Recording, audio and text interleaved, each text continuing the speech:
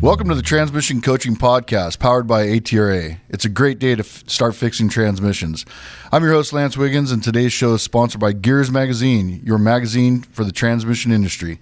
Today's topic is the 2018 Expo, and with me today is Vanessa Velasquez, the ATRA Events Director, and Rodger Bland, Managing Editor and Director of Gears Magazine. Welcome, guys. Welcome, Lance. Thanks for having me. Well, this is our first inaugural podcast. Yeah. We're pretty excited about this. And nervous. And nervous. That's okay. Who's nervous? I'm not nervous. I'm not.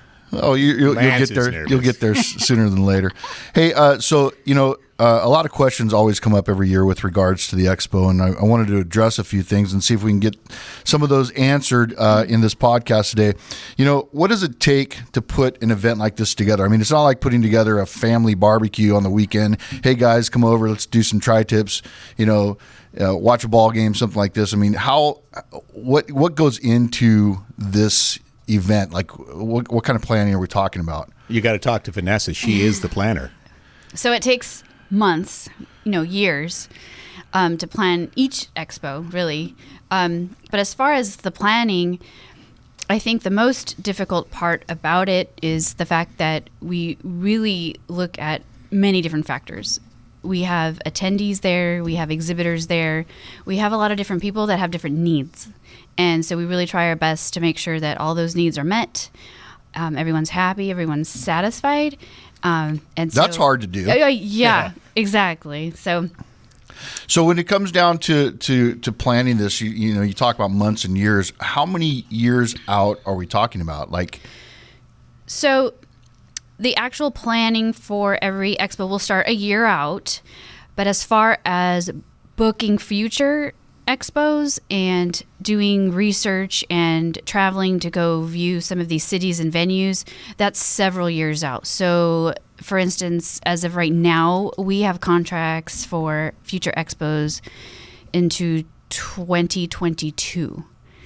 Wow. So that's a bit further than what we normally do, but when we're given some good opportunities, we like to jump on them. So we're excited. So that brings me to my next question. Like, literally, how do we go about selecting the locations? I mean, I think I can somewhat speak for us. There are some places that we really enjoyed. Sure. In Nashville, I loved Nashville. I loved Rhode Island. Yeah, that was cool. Washington was tough for me. It was, the 3-hour difference and being downstairs at 6 a.m. is 3 o'clock a.m. for us, on the West Coast. But how do we go about picking the locations? Well, I'm going to let Vanessa really finish it, but I know from experience, Las Vegas is really a destination that is tailored towards conventions. It's easy to get into from flight standpoint. It's usually cheap flights. They have everything we need. We work with them. And it works well. It has in the last few years, Lance, and that's when we've coordinated and tried to time it along with Industry Week. Now, that's not always possible. And what a lot of people don't understand is the size of our show dictates how many venues we can look at realistically. Who's going to be able to, fit our show floor? There's other venues that we can't go to because they don't offer the show floor space. And there's others that are just too large. It doesn't make sense. So we're really, limited in the Las Vegas area. But that is the destination. And with Industry Week, it really ties in well.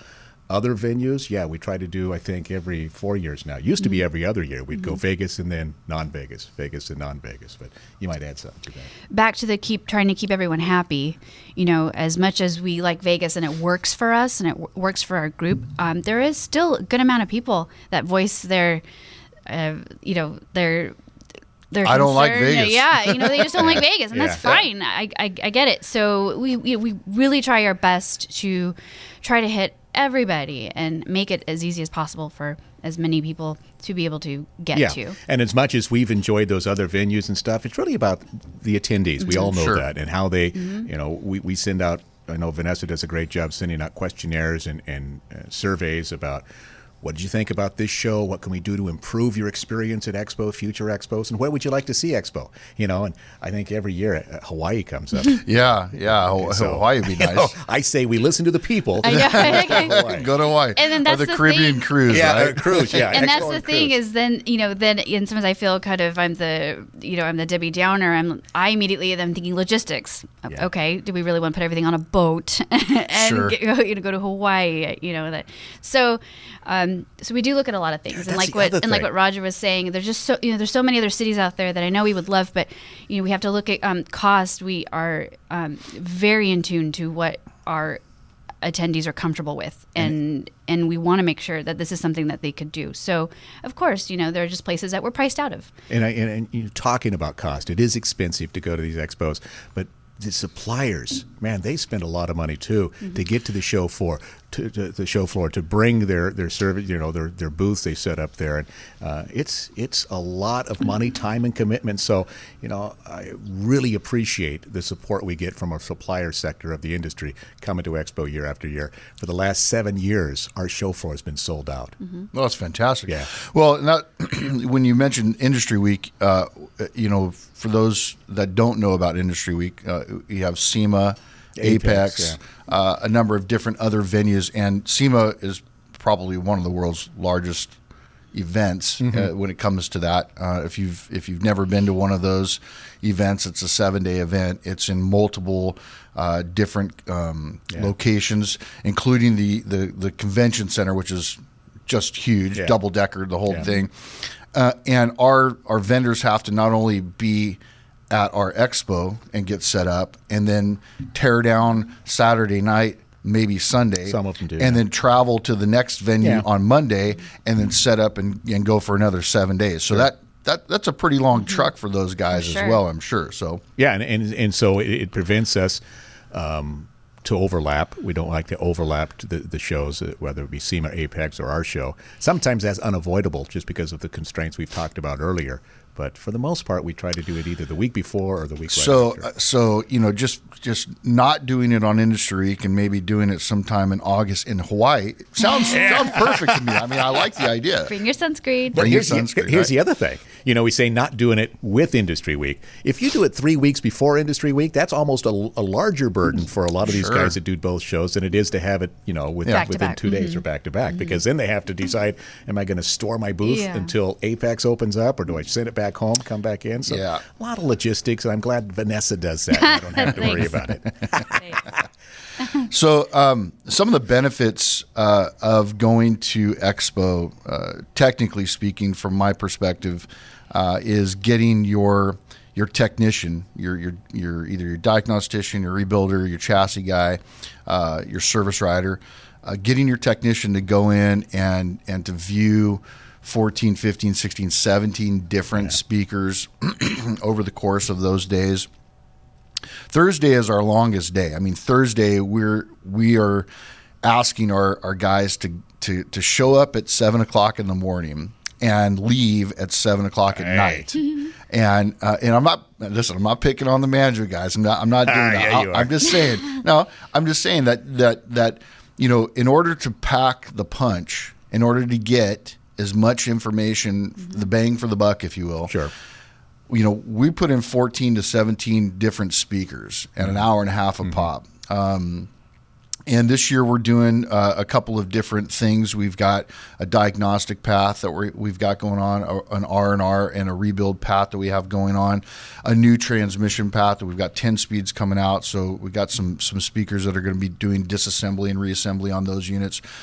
This is the benefit for the shop is that you're getting trained on these new transmissions, these new products, these new vehicles before they hit your shop. Right. Now, from the technical perspective, we hear this a lot out in the industry. Well, I'm not going to see that transmission for 5 years. What are you teaching me?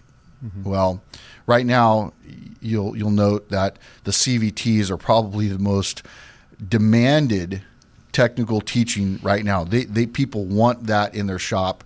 They can't get enough of it. 5 years ago, when we tried to introduce it, they didn't want any part of it. Right. Is it too late? Like we think that. I think the way we treat it, Expo, as it's new, and it's for the shops that want to get in front of the curve, of the learning curve, rather than in the middle or behind. Do you feel that's the same way with management, as far as bringing your management guys? Well, yeah, I mean, there are two different disciplines, Lance, and you're right. There's so much to go over with the technical aspect of training versus management. I'm not saying that's the same stuff over and over and over with management. There's certainly different things we learn every year with management, but we aren't faced with the same constraints you are with the technical side. I would say, though, as far as when it comes to what do you give the attendee and at what time, depends on the attendee. Some guys are ready for the new stuff coming down. Some guys need it only when they have it in their shop. So you're charged with doing both, and I think you do a great job. I know when you look at the articles in Gears Magazine, some of the training at Expo, you've got a good mix here. You've got to keep kind of both parties happy, don't you? Well, yeah. You gotta keep, from that perspective, yeah. I mean, and because if you didn't have new stuff that's coming down the pike, maybe 4 or 5 years that you'll see in the shop, I guarantee you'd have people come up to you and say, "Hey, where's the new stuff, man? I know this stuff. This is old hat." It's to take you from the West Coast to the East Coast and the type of vehicles that, or north to south, the type of vehicles that they work on. You have to have that wide array, and I think that's where, for us, adding the webinar series came into play. It was important for us to put the webinar series into play, so every 2 weeks you got something new. Yeah. And coming down the pike, there's a few other things that I can't tell you about right now, but I definitely have a couple of surprises for you. You know, in business, we've had the just-in-time inventory for years. Having the inventory when you need it. I think training is going to evolve to that too. So some of the goals that we strive for, Vanessa, what are some of the goals that at the beginning of the expo? I know we're running around. We got people showing up like, hey, is registration open yet? And we still haven't unloaded boxes. And at the end of the show, we're like, phew, it's over. What are some of the goals that you want to attain for these attendees? Like, I want that attendee to leave here saying, I want to make sure that the investment that these attendees have put in, that's a big deal. And we know that. Yeah. We know that they save up. And they really, really want to be there. They know it's important to be there.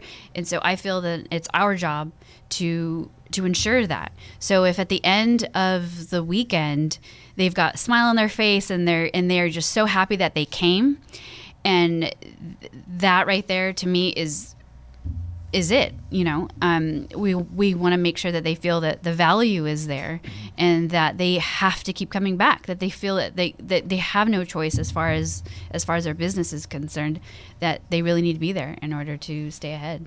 Rodger? Yeah, I think it's I look at Expo as the IBO, ATRA, the people like Vanessa and you and myself that help create that show. We create an environment, and people in the right environment do remarkable things. They feel remarkable. They feel invigorated. They feel enthusiastic if the environment's right. What's that mean? It means give them a variety of networking opportunities, some training, some show floor, some special events. And I think Expo delivers that each and every year. The challenge we have, I think, Lance, and Ness, is that we always need to be coming up with new things to add to that environment, stuff that people who come to Expo year after year get excited about. Something that unexpected. Dennis calls it Kano, I think. Let's start breaking out some graphs. Yeah. But anyway, we create that environment. I think Expo is a great environment. And by creating that environment from the technical perspective, we want them to go in, we want them to sit down, we want them to come out and say, that was awesome. This is what I needed. I can take this back to the shop. Yeah. We failed a few times. We've succeeded more than a few times. It's kind of the speaker criteria, right? So we have some speakers that we bring back year after year. Obviously, some of our ATRA speakers, but the John Parmenters of the world, the guys that have been, the Dirk Fuchs from ZF, guys that are established, and they bring to the table some very interesting things. Others might be every other year because their information they're bringing is a little too new for our guys, or it's just kind of the concept of it. They don't get it, right? Last year we had a management speaker on Thursday. Alex Goldfein, man, he was great. Alex comes back. Yeah, he's kind of our marketing guru. Really well received. But it's the same thing with management too, Lance. We try to have some industry trainers. Malin Newton comes to mind. Of course, Dennis and I, we as well as yourself, of course. Well, we do our What's Working thing, but we also try to add in new management speakers every year. This year, we're bringing in Ron Hurst, a leadership expert, and Larry Mazzaro, who does sales and marketing. So we bring in those guys in. If you look back in the past, Jim Cathcart, who's a strategic advisor here with ATRA, kind of part of the team, world-class leader. Mark Sanborn, Don Hudson, Larry Wingett. These are the kind of the caliber of great leadership and business minds that we want to bring to our Powertrain EXPO. And they say, well, wow, isn't that a little bit of overkill? Not at all. Yeah. Our guys deserve the best because they are the best. There you go. Speaking of, just a plug for those guys, those shops that are listening today, for an extra $1,000 per person who shows up, we can get Mike Rowe. So just want to throw that out there. Don't give my secrets out. I've had some favorite memories from Expo. I think one of my favorite memories is when we were at the Hilton, and the guys from B&B Transmission were there, and they had the MMA fights, and we were able to get the tickets to go to the MMA fights. That's Yeah, right. it was great. I wasn't invited on that. I know you were. I think you were golfing This is the that first day. I heard Yeah, I of think you this. were golfing that day. And Thanks, Butch. Butch and John Myers and Amy and Sean and I, we went and we sat in like the third row, and we found ourselves. I've never been to an MMA fight before, so this was kind of cool. But I found myself watching the big screen instead of watching. Oh, no kidding! Yeah, because it was stuck from above. So Nashville on the boat with Rodger and that was cool. That was pretty cool. Yeah. Anything come to mind? I remember when we were in Rhode Island and we Oh. just got there. We usually get a day or two ahead of time to kind of make sure everything's organized, and we went to this little Irish pub for lunch. And, O'Donnell's or O'Donnell's or something O'Donnell's like that. or something, and we sit down and we're going to order, and Lance had a question, What kind of beer do you have on tap? I think it was what the question was. And she just goodness. grabs the menu, turns it over and taps on the back and says, "Here's our beer," and Lance is like, it kind of scared him, and I think you enjoyed it too. Yeah, it was cool. Yeah, it was cool. I liked Rhode Island too.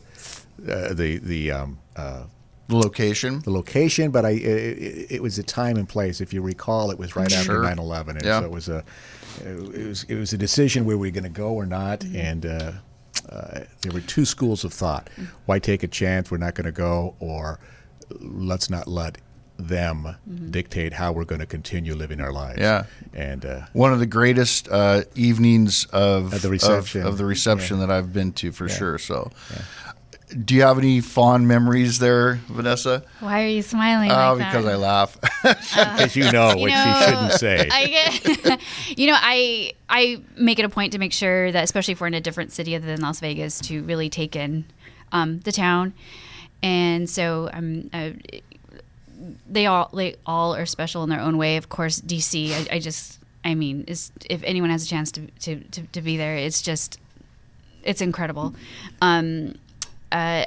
Nashville, that was a great event. They are all So unique. If agree. anybody's with listening, that. Lance, and has been to Expo, Yeah. they're going to have their favorite memories. Yeah. too. So Sure. it's just one of those things. Every where- single location has an Yeah. opportunity, Yeah. and that's You're right. and that's really the key here. Is that you have an opportunity, which is going to bring me to one of my last questions here. Is that Las Vegas probably has more opportunity for a variety of different things. I mean, the majority of the casinos have outdone themselves with cleaning the air. So there's not a lot of, it's not real smoky. It's clean. But there's also a lot of things to do outside of the casino. There's shows that you can go to. Fremont Street, obviously, that you can go to. A lot of great dinner places you can go to. are there? I think we are really lucky with where we are on the Strip and where we've been the past couple of years. So the past couple of years we were at Paris, and now this year we're at Bally's, which is connected to Paris. So essentially, you're in the same spot, literally in the middle of the Strip. You walk outside, and you just might have a hard time trying to figure out which direction to go. I've been to, we've been to Paris. We rarely get outside that often, but last year was the first time I had walked through Bally's and went out the front door, and there's this huge outside shops. area. Oh yeah, it just keeps going and going and going. They have so many great options. Oh my gosh, they have a brewery. They have Wahlburgers. They have it's really it's I know. Could you live in Las Vegas? Probably not. No. Yeah, it's a good place to visit. Well, we're spoiled. We're sitting here next to an ocean. I mean, not many people can go to the desert. I love my little small town of Ojai. Yes. It's 7,000. You don't even leave Ojai on the weekends. But it's like when we go to Expo. I don't know about you guys, but when at Expo, it's like I'm a vampire. I go in that casino or the convention area.